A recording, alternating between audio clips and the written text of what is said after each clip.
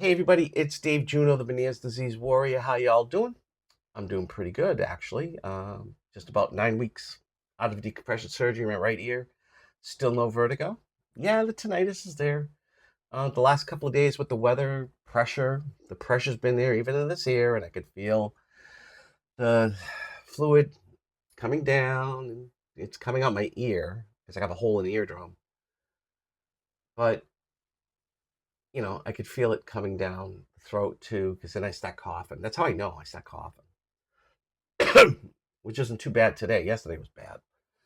Um, and yeah, I've had my X-ray. My X-rays my lungs X-rayed. Everything's fine. I don't have cancer. I don't have anything wrong with them. That wasn't already there. So, um, those are good and everything. So it's just a matter of the draining, which is fine. I'd rather put up with that than the vertigo. But I'm so far 9.5 weeks of vertigo. But with this disease, with Meniere's disease, nothing comes easy. There's no quick fix. I see posts all the time. I'm desperate. I'm having vertigo. Tell me what to do. And it's like, I just kind of stare at it. I'm like, what do you want me to tell you to do? You know, take a meclizine, take Valium, take what is it, anti-nausea medication. Um, there's no, there's no quick fix. Sorry, the thing is, you gotta talk to your doctors. And I think a lot of people use support groups as doctors. And none of us are medical experts. None of us. No matter how many things you post, you know, of trials and explanations of whatever, you're still not a doctor. You shouldn't be giving advice. But, you know, there's no quick, like I said, there's no quick fix. Some people, especially new diagnosed people, don't really grasp that there's no cure for this. Okay, for Meniere's disease. Sure, there's surgeries like I had on here, the sac decompression surgery, which I'm very happy with, but it hasn't gotten rid of all my symptoms. It just got rid of the vertigo. And it was the same thing in this ear when I had the labyrinthectomy in 2019. I was almost deaf. I was pretty much deaf in this ear. That's why they did the labyrinthectomy. A lot of people ask me, why didn't you just have this on? Because I was already deaf. And the doctor I was seeing at the time didn't believe in that surgery. He believes in a labyrinthectomy if you were deaf. So I was deaf. That's why I did it. But I had a good time for a couple of years. There was no vertigo. Literally no vertigo. Off balance, a little dizzy. Just like this. No vertigo. Little Billy dizzy, stuff like that. Air pressure, especially the last 2 days with the weather. But there's no quick fix. And I was patient. I was patient. A lot of people don't realize, okay, I've been suffering with this almost for 11 years. I didn't get diagnosed until 8 years ago. That's when I got diagnosed, was 2017. So 8 years ago. It was like 8 years ago this month. But I went 3 years suffering through this, working through it, taking time off from work because I drove a car. I drove my car. I worked, out of my car. So, I had patience, and I didn't want to go to the doctors until my wife said, that's it. You're going back to the doctors again. We had already gone before, and it was, oh, it's PPV, PPPB, PPV. It's this, it's that. You're going back. Something's got to, we got to find out what's going on. And if my wife didn't do that, who knows? I might have cracked up my car. Who the hell knows? But I learned back in 2017, the early stages, there's no quick fix. No matter how many times you post and no matter how much stuff you research and this and that, the end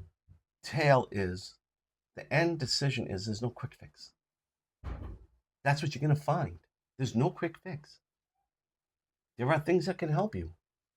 Okay, there's medications that can help you. Some medications. Beta histine's one of them that can help you. Some people I'm seeing are taking nortriptyline, amitriptyline. That seems to be helping some people. Um, there's always meclizine for an attack. Don't take meclizine every day. That's one thing I will say. I'm not a doctor, but don't take meclizine every day. Use it as a rescue med. because I guess there's some theories that it can cause dementia. So you might want to just take it as a rescue med. Um, Valium. There are some people that take Valium every day. Sometimes people take it 2 or 3 times a day. What they're taking is very low dose. It's a 2 milligram Valium. So they'll take it morning, noon, and night. It seems to help them. Okay. I use Valium as a rescue med, 5 milligrams. I don't, I can't, I will not put myself on it 2 milligrams 3 times a day or twice a day because I have what's known as a very addictive personality. I get addicted to things very, very easily. So um, I try to stay away from the narcotic, that those type of narcotic as much as I can. CBD oil seems to help some people, whether it's oil or the vape. No, I'm not going to do the vape, but I have a vape that sometimes I will take at night to go to sleep. If the Benadryl isn't working, I will this, and it will knock me out. I'll do about 3 hits, and then I'm like, ugh. So yeah, there's CBD oil. Some people I know do 2 or 3 drops, not vials, drops. Because I know a guy who thinks a vial is to do it. No, a vial will make you loopy. A couple of drops, and they're fine because it calms the nervous system down. Okay, and a lot of times this calms my nervous system down. It also can relieve anxiety too. So I'm very fortunate that it actually helps me. A little expensive, but it helps. Um, and the surgeries. Okay, there's surgery. Well, the shots too.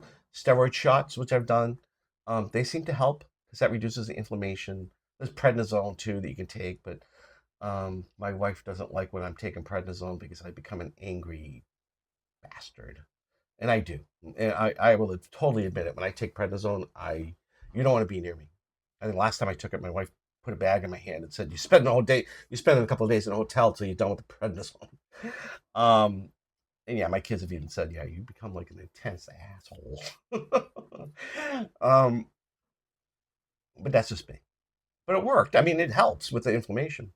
And there's gentamicin that is basically a labyrinthectomy, um, but it's invasive because it's just a shot in your ear, and that does basically kind of what a labyrinthectomy does a little bit. It kills the nerve. It kills the balance nerve.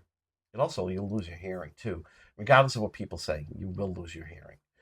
Um, and then the surgeries, sac decompression surgery, where they go in and they cut your ear here and they flip your ear back and they do their drilling.